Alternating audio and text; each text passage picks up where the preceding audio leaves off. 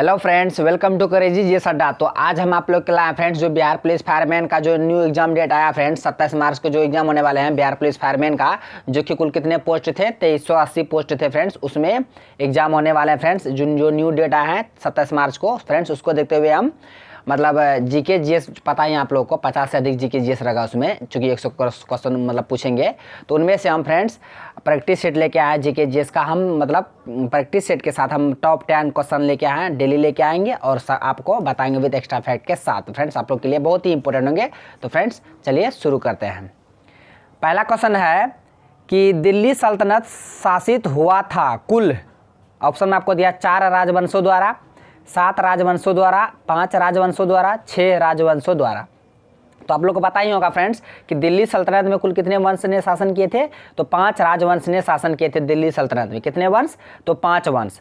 और वो 5 वंश कौन कौन है और कब कब मतलब कब से शुरू हुए थे वे वंश, और उनके संस्थापक कौन थे, हम सभी के बारे में जानेंगे। तो फ्रेंड्स आप लोग सिर्फ वीडियो के अंत तक बने रहिएगा। तो फ्रेंड्स हम 5 राजवंश के बारे में बताएंगे और हम पॉइंट बाय पॉइंट बताते जाएंगे, आप लोग याद करते जाइएगा या तो कॉपी में नोट करते जाइएगा। तो फ्रेंड्स सबसे पहले हम बताएंगे गुलाम वंश के बारे में। तो फ्रेंड्स गुलाम वंश के संस्थापक कौन थे, कुतुबुद्दीन ऐबक। कौन थे, कुतुबुद्दीन ऐबक थे गुलाम वंश के संस्थापक। और गुलाम वंश कब से कब तक था, तो गुलाम वंश ने शासन किए थे 1206 से लेकर 1290 तक। 1206 से लेकर 1290 तक गुलाम वंश ने शासन किए थे और इनके संस्थापक थे कुतुबुद्दीन ऐबक। फ्रेंड्स आप लोग पीरियड भी याद करिएगा, तो पीरियड से भी क्वेश्चन पूछता है किसका पीरियड कब से कब तक था। गुलाम वंश बता दिए। उसके बाद खिलजी वंश, कौन सा वंश, खिलजी वंश। तो खिलजी वंश के मतलब संस्थापक थे कौन, जलालुद्दीन खिलजी। इसका पहले नाम था फिरोज खिलजी। जब वो मतलब सत्ता मतलब स्थापित कर लिया, सत्ता पर बैठ गया, तब वो मतलब वो किसका पदवी धारण किया, जलालुद्दीन किया था। तो इसका नाम पहले फिरोज खिलजी था, तो जब सत्ता मतलब प्राप्त करने के बाद इसका नाम पड़ गया जलालुद्दीन खिलजी। तो खिलजी वंश के संस्थापक जलालुद्दीन खिलजी। और इसका पीरियड कब से कब तक था, खिलजी वंश ने कब से कब तक शासन किया था, 1290 से लेकर 1320 तक। 1290 से लेकर 1320 तक। उसके बाद आ जाएगा तुगलक वंश। तो तुगलक वंश के संस्थापक कौन थे फ्रेंड्स, गयासुद्दीन तुगलक। कौन थे, गयासुद्दीन तुगलक तुगलक वंश के संस्थापक थे और इसका पीरियड था 1320 से लेकर 1413 तक। यानी कि तुगलक वंश ने शासन किए थे 1320 से लेकर 1413 तक।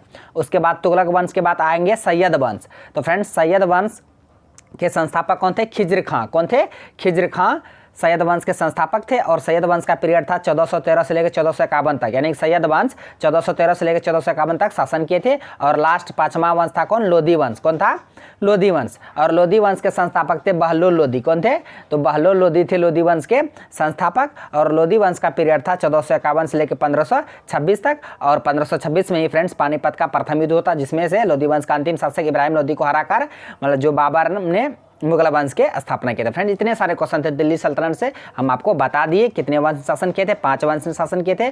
मतलब 5 वंश कब से कब तक रहा था और उसका संस्थापक होता हम सभी को बता दिया, आप लोग इसे याद कर लीजिएगा। तो चलते हैं अब अगले क्वेश्चन की ओर।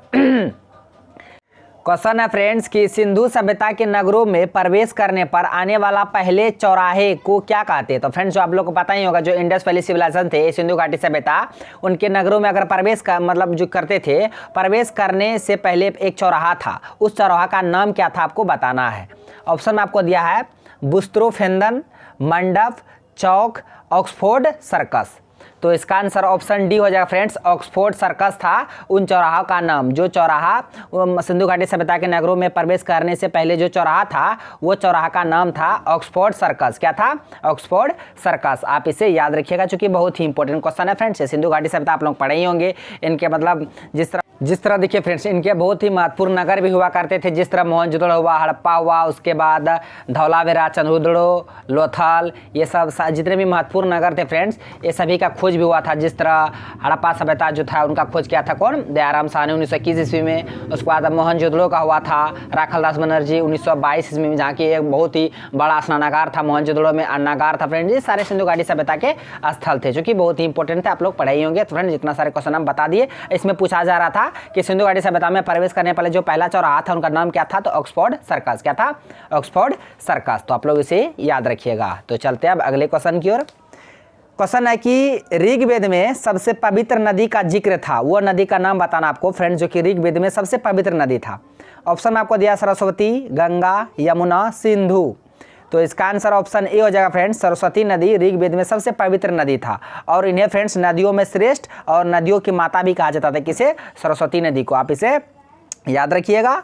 और जो आर्य हुआ करते थे फ्रेंड्स, जो आर्य की सबसे पवित्र नदी थी सिंधु, जिसकी ऋग्वेद में सर्वाधिक बार वर्णन किया गया। अगर इसे पूछेगा कि ऋग्वेद में सर्वाधिक पवित्र नदी कौन था, तो वो हो जाएगा सरस्वती नदी। लेकिन ऋग्वेद में सर्वाधिक बार वर्णित नदी कौन था, तो वो हो जाएगा कौन नदी सबसे अधिक बार वर्णित था, तो वो नदी हो जाएगा सिंधु नदी। कौन सा नदी? सिंधु नदी। तो आप इसे याद रखिएगा दोनों को। पवित्र नदी पूछेगा तो सरस्वती, सर्वाधिक बार जिक्र कौन सा नदी का आया था वर्णन ऋग्वेद में, तो वो हो जाएगा सिंधु नदी। तो आप इसे दोनों को याद रखिएगा। और पूछेगा सबसे पुराना वेद कौन सा फ्रेंड्स? ऋग्वेद है। सबसे पुराना वेद ऋग्वेद। ऋग्वेद वैसे तो मतलब जो वेद है वो 4 है, ऋग्वेद, सामवेद, यजुर्वेद, अथर्ववेद। तो सबसे पुराना वेद पूछेगा तो हो जाएगा ऋग्वेद। सबसे पुराना वेद ऋग्वेद, सबसे नया वेद अथर्ववेद। आप सभी को याद रखिएगा चूंकि बहुत ही इंपॉर्टेंट क्वेश्चन था ये। वेदांग पूछेगा 6, वेद पूछेगा तो 4। तो चलते अब अगले क्वेश्चन की ओर। क्वेश्चन है कि गेटवे ऑफ इंडिया का निर्माण हुआ था। तो बताना फ्रेंड्स आपको कि गेटवे ऑफ इंडिया का निर्माण कब हुआ था। ऑप्शन में आपको दिया 1911 में, 1927 में, 1857 में, 1947 में।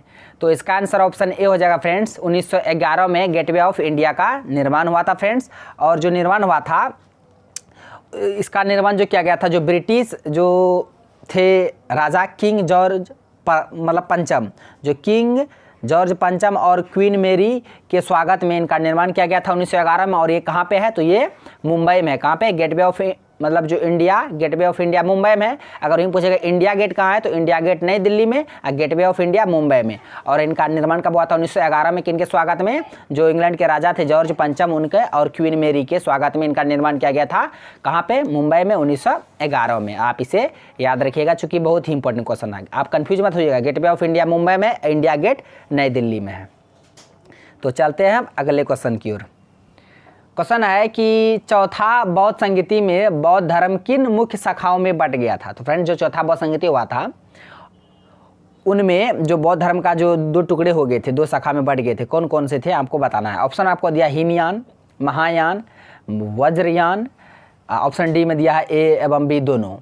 तो इसका आंसर ऑप्शन डी हो जाएगा फ्रेंड्स, ए और बी दोनों। यानी कि बौद्ध धर्म हीनयान और महायान 2 शाखा में बट गए थे चौथी बौद्ध संगति में। आप इसे याद रखिएगा। चौथी बौद्ध संगति कहाँ होते फ्रेंड्स? कश्मीर के कुंडलवन में चौथी बौद्ध संगति हुए थे। आप इसे भी याद रखिएगा। कनिष्क के शासनकाल में। किसके शासनकाल में? कनिष्क के शासनकाल में। और उसके अध्यक्ष थे वसुमित्र और उपाध्यक्ष थे अश्वघोष।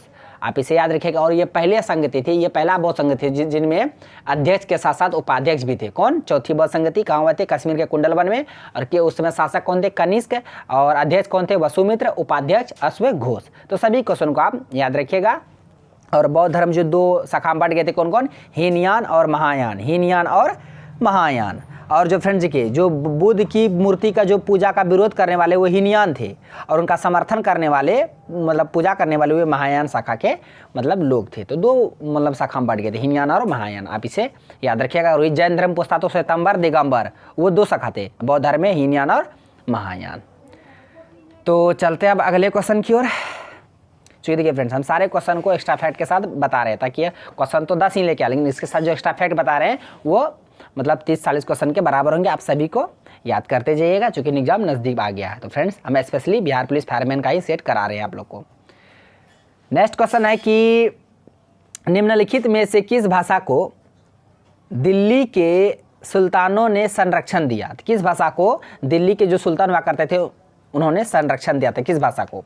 ऑप्शन में आपको दिया उर्दू, अरबी, फारसी, तुर्की। तो फ्रेंड्स देखिए इसका आंसर हम बता दें, ऑप्शन सी हो जाएगा फारसी। तो फारसी भाषाओं को दिल्ली सल्तनत के सुल्तानों ने संरक्षण दिए थे। वो इसलिए दिए थे क्योंकि देखिए फ्रेंड्स वो तो मुस्लिम शासक थे और उनके जो राज दरबार में जो प्रोत्साहन मिलता था केवल मुस्लिम विद्वानों को मिलता था, और मुस्लिम विद्वान जो भी कुछ लिखते थे वे फारसी भाषा में ही लिखते थे। इसलिए फारसी भाषा को वहाँ मतलब वहाँ के जो सुल्तान हुआ करते थे उनको संरक्षण दिए थे। किसको? फारसी भाषा को। आप इसे याद रखिएगा। दिल्ली सल्तनत के बारे में हम पहले ही बता दिए हैं फ्रेंड्स, कितने वंश ने शासन किए थे, कब किए थे, संस्थापक कौन थे, सभी क्वेश्चन को हम बता दिए हैं। तो चलते हैं अब अगले क्वेश्चन की ओर। क्वेश्चन है कि निम्नलिखित राज्यों में से किसमें उसकी कुल जनसंख्या में अनुसूचित जातियों का सबसे अधिक अनुपात है? तो बताना आपको फ्रेंड्स, 4 ऑप्शन दिए फ्रेंड्स। आपको बताना है कि किस राज्य में सबसे जो उनकी कुल जनसंख्या, उस राज्य की कुल जनसंख्या में सबसे अधिक अनुसूचित जाति है। सबसे अधिक अनुसूचित जाति किस राज्य में है? उनकी जनसंख्या में सबसे अधिक अनुसूचित जाति। ऑप्शन में आपको दिया राजस्थान, पंजाब, उत्तर प्रदेश, तमिलनाडु। तो इसका आंसर ऑप्शन सी हो जाएगा फ्रेंड्स। उत्तर प्रदेश ऐसा राज्य है जहाँ पे उनकी जो जितना भी जनसंख्या है उन जनसंख्या में सर्वाधिक अनुसूचित जाति वाला राज्य कौन है? उत्तर प्रदेश। अगर इन पूछता कि सर्वाधिक जो जनजाति वाला राज्य कौन है? मध्य प्रदेश। तो सर्वाधिक अनुसूचित जाति वाला राज्य उत्तर प्रदेश, सर्वाधिक अनुसूचित जनजाति वाला राज्य मध्य प्रदेश। आप दोनों को याद रखिएगा, दोनों बहुत ही इंपॉर्टेंट क्वेश्चन है। पूछेगा कि सर्वाधिक अनुसूचित जाति वाला राज्य उत्तर प्रदेश, सर्वाधिक अनुसूचित जनजाति वाला राज्य मध्य प्रदेश। और उत्तर प्रदेश आप लोग पता ही होगा, जो पॉपुलेशन है, जनसंख्या की दृष्टि से सबसे बड़ा राज्य उत्तर प्रदेश, सबसे छोटा सिक्किम। एरिया की दृष्टि से, क्षेत्रफल की दृष्टि से सबसे बड़ा राजस्थान, सबसे छोटा मतलब गोवा। तो आप सभी को याद रखिएगा, सुनना आप लोग को याद ही होगा। तो आप चलते हैं अगले क्वेश्चन की ओर। क्वेश्चन है कि जो मरुद्वीप है, ओसिस मरुद्वीप किससे संबंधित है? मरुद्वीप किससे संबंधित है आपको बताना है। ऑप्शन में आपको दिया हिम नदी, द्वीप से, पर्वत से, रेगिस्तान से। तो इसका आंसर हो जाएगा ऑप्शन डी फ्रेंड्स, रेगिस्तान से मरुद्वीप संबंधित है। वो इसलिए चूंकि देखिए रेगिस्तान के मध्य यानी बीच में जो हरे भरे मतलब जो पौधा का क्षेत्र हुआ मतलब पाए जाते हैं, हरे भरे जो क्षेत्र पाए जाते हैं हमारे रेगिस्तान के बीच में, उन्हें हम लोग नखलिस्तान या मरुद्वीप के नाम से जानते हैं। क्या कहा जाता है? नखलिस्तान या मरुद्वीप। किसे कहा जाते हैं? जो रेगिस्तान के मध्य में जो हरे भरे भाग पाए जाते हैं, क्षेत्र पाए जाते हैं, उन्हें ही हम लोग मरुद्वीप या नखलिस्तान कहते हैं। आप इसे याद रखिएगा, चूँकि बहुत ही इंपॉर्टेंट क्वेश्चन है ये क्वेश्चन बहुत बार पूछा भी एग्जाम में कि मरुद्वीप किससे संबंधित है या नखलिस्तान किससे संबंधित है। ये रेगिस्तान से संबंधित है। किससे? रेगिस्तान से। तो चलते हैं अब अगले क्वेश्चन की ओर।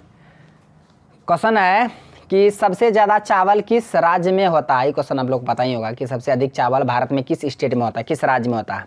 ऑप्शन आपको दिया पश्चिम बंगाल में, पंजाब में, केरल, गुजरात। तो इसका आंसर ऑप्शन ए हो जाएगा फ्रेंड्स, पश्चिम बंगाल में भारत में सबसे अधिक चावल का उत्पादन होता है। किस राज्य में? तो पश्चिम बंगाल राज्य में। अब चलते हैं अगले क्वेश्चन की ओर, और ये आज का टॉप 10 क्वेश्चन का लास्ट क्वेश्चन है कि माता टीला बहुउद्देशीय परियोजना किस राज्य में है? तो बताना आपको फ्रेंड्स कि जो परियोजना है बहुउद्देशीय परियोजना, माता टीला बहुउद्देशीय परियोजना किस स्टेट से संबंधित है। ऑप्शन आपको दिया उत्तर प्रदेश, तमिलनाडु, बिहार, पश्चिम बंगाल। तो इसका आंसर ऑप्शन ए हो जाएगा फ्रेंड्स, उत्तर प्रदेश में स्थित है माता टीला बहुउद्देशीय परियोजना। और इससे क्वेश्चन पूछेगा कि माता टीला बहुउद्देशीय परियोजना किस नदी पर है, ये भी क्वेश्चन पूछता है फ्रेंड्स। तो ये बेतवा नदी पर है। किस नदी पर बनाई गई है फ्रेंड्स? तो माता टीला बांध परियोजना ये बेतवा नदी पर बनाई गई है और ये उत्तर प्रदेश और मध्य प्रदेश का संयुक्त परियोजना है। इसके अलावा राजघाट बांध परियोजना भी उत्तर प्रदेश और मध्य प्रदेश का संयुक्त परियोजना है। तो आप सभी क्वेश्चन को याद रखिएगा, चूंकि देखिए फ्रेंड 10 क्वेश्चन लेके आए थे, 10 क्वेश्चन को हम विद एक्स्ट्रा सेट के साथ मतलब जो एक्स्ट्रा फैक्ट हुआ करते थे उनके अलावा जितने भी क्वेश्चन हम सबको बता दिए बहुत ही अच्छे तरह से। आई होप सारे क्वेश्चन समझ लिए होंगे फ्रेंड्स। अगर आपको वीडियो अच्छा लग रहा है तो मेरा वीडियो को लाइक कमेंट दोस्तों में ज़्यादा शेयर कीजिए, मेरे यूट्यूब चैनल करेजी जी सड्डा को सब्सक्राइब करें और बेल आइकन को भी हिट कर दीजिए ताकि हर एक लेटेस्ट वीडियो का नोटिफिकेशन तुरंत आप तक पहुंच जाए। थैंक्स फॉर वॉचिंग वीडियो, धन्यवाद। मिलते हैं अब नेक्स्ट वीडियो में नेक्स्ट सेट के साथ।